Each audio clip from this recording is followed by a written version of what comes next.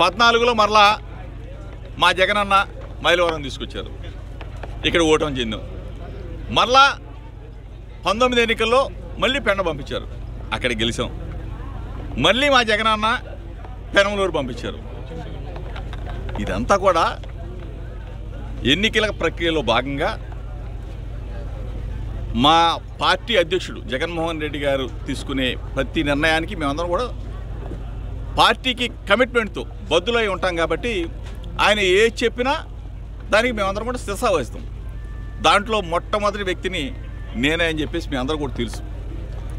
Party విమర్శించిన నానికి ఈరోజు పార్లమెంట్ ఎలా ఇచ్చారు సార్?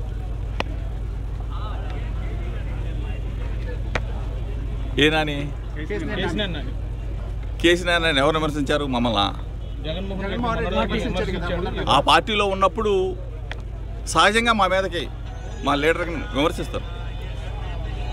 మనసులో ఉన్నా లేకపోయినా జగన్మోహన్ రెడ్డి గారి మీద అమితమైన ప్రేమ ఉంటుంది.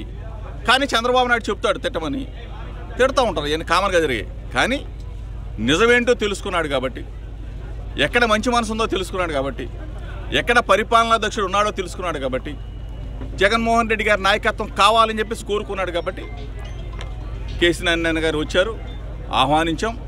ఆయన మా తరపున విజయవాడ పార్లమెంట్ అభ్యర్థిగా కంటెస్ట్ చేయబోతా ఉన్నాడు, విజయవాడ పార్లమెంట్ అభ్యర్థిగా గెలవబోతా ఉన్నాడు అని చెప్పేసి మీ అందరూ కూడా చెప్పారు.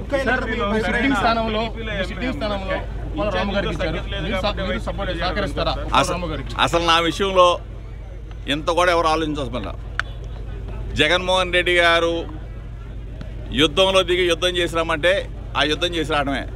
ఎక్కడ ఎవరిని పెట్టినా గెలిపించవలసిన నా బాధ్యత నాది, ఎక్కడ ఎవరన్నా సహకరించవలసిన బాధ్యత మనసు నాది.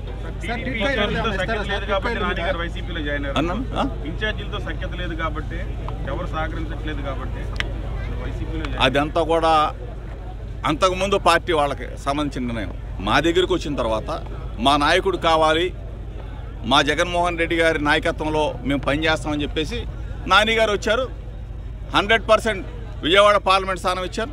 డెఫినెట్గా ప్రజల అభిమానం ఉంటుంది, ఆదరణ ఉంటుంది. జగన్మోహన్ రెడ్డి గారు చేస్తున్న అభివృద్ధి సంక్షేమం చూసి ప్రజలు బ్రహ్మాండమైన మెజార్టీతో గెలిపించబోతా ఉన్నారు. విజయవాడ పార్లమెంట్ కైవసం చేసుకోబోతున్నారు.